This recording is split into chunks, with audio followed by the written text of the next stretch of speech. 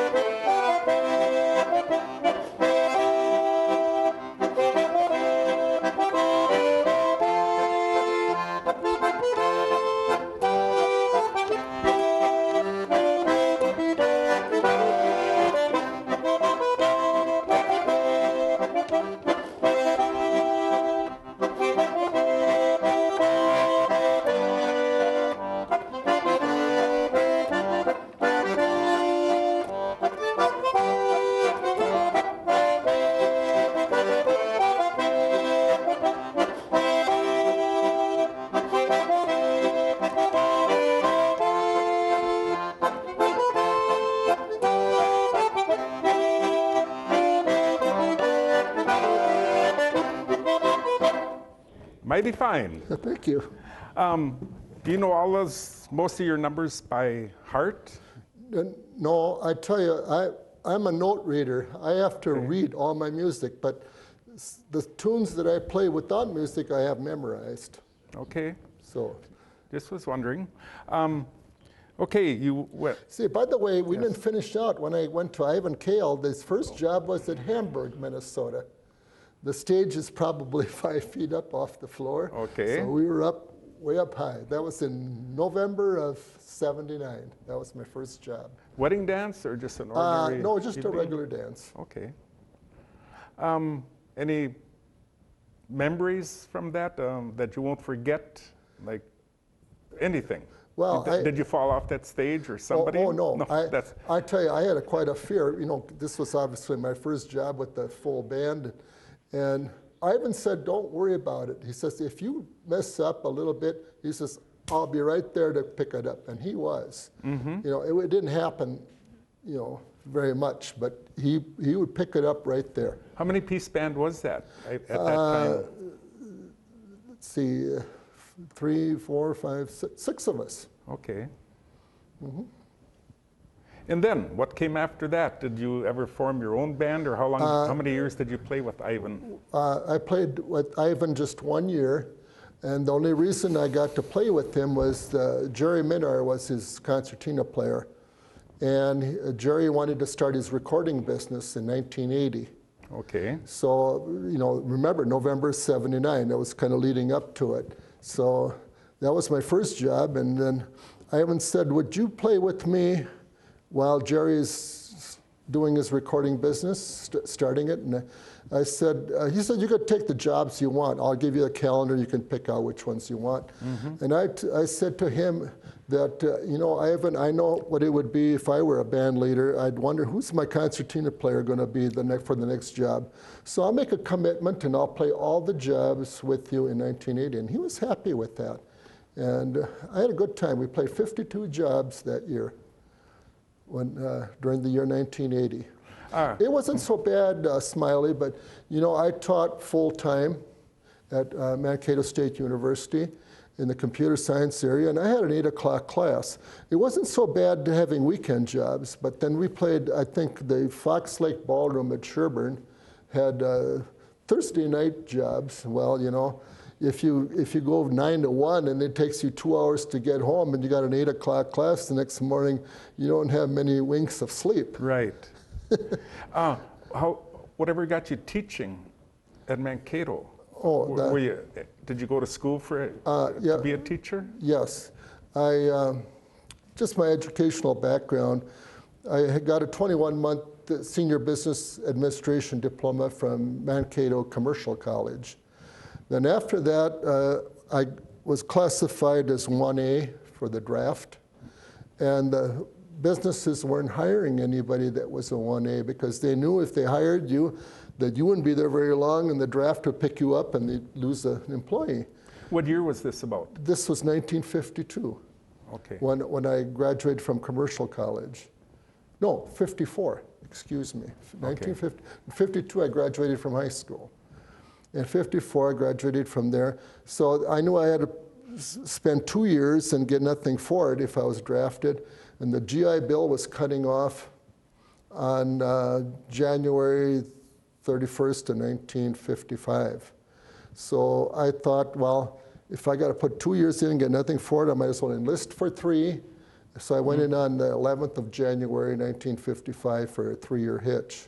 I never left the States. I did personnel work. I took my basic training at Fort Leonard Wood, Missouri for 8 weeks, and then 8 weeks I took advanced individual training. I took personnel.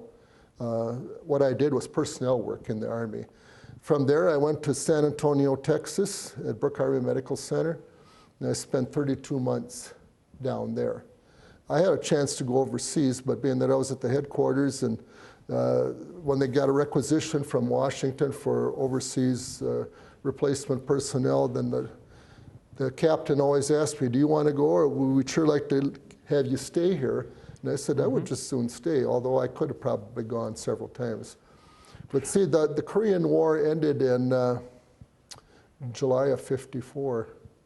So I went in under the GI Bill was cutting off January 31st of '55.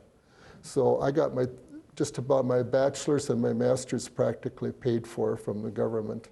What branch of service was this? I was in the Army. Okay. And Brooke Harvey Medical Center was the medical center for the Army.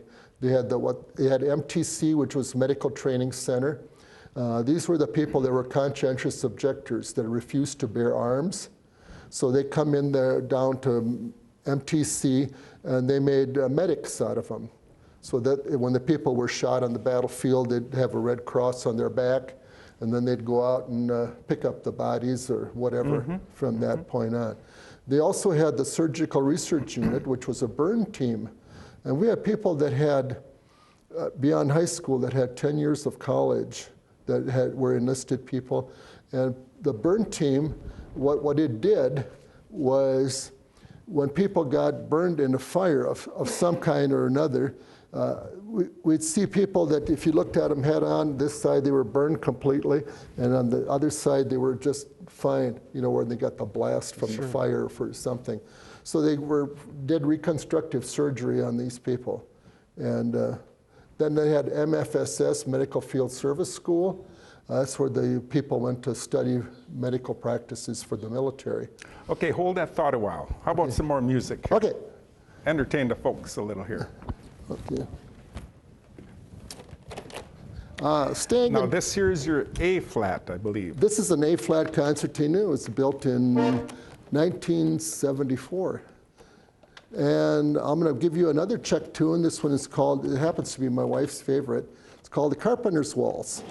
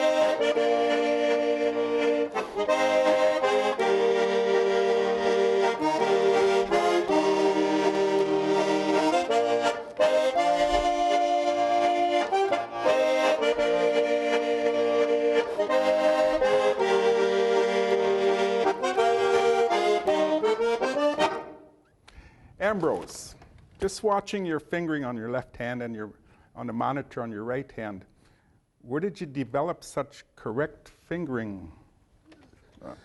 I tell you, the brother that I had on the farm, for whatever reason, he'd always poke fun on my left side. For one thing, like on the G chord, which is your 1, 2, 3, 4, you'll learn in school, especially when you take typewriting classes, as your fingers go down this way, they get weaker. So usually what people do, they'll play the 1 and the 3, 4, but the 2 finger is the weakest one. And he'd always bear down on me. He said, make sure you run that, all three of them at the same time. Same way on the D7th chord, the 1, 3, 8, 9. Same way with that.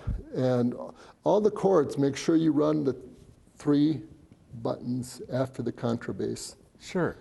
Now, I understand you give concertina lessons also. Right. Have you taught a lot of players, or just a couple, a handful? Would you believe that while I gave lessons at Christy Hengel's during the years from 1970 to 1976, about 5.5 years, and I had about 183 students that I was sent through the program. From around the New Ulm area? Oh, they came from even Stanley and Thorpe, Wisconsin. They came from North Dakota, South Dakota. I had people from Iowa.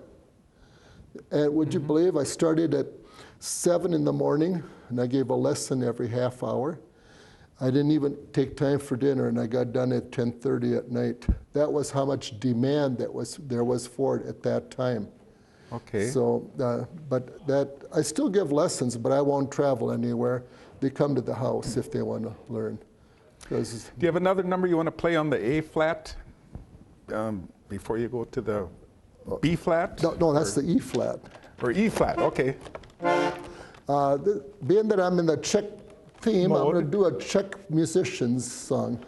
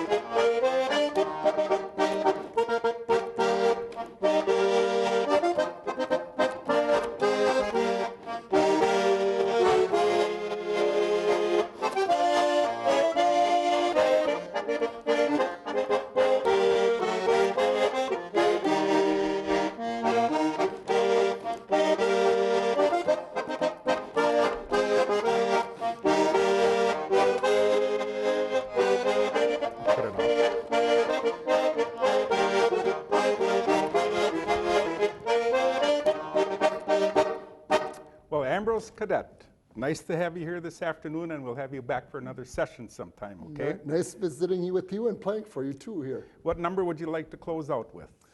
Would you want to grab your other one, the E flat, or? Okay. Little history. Well, right, we maybe don't have time for a little history on this one. No, we'll end the program with this. Okay. Name of the tune? This one is called the Goodnight Waltz. Okay.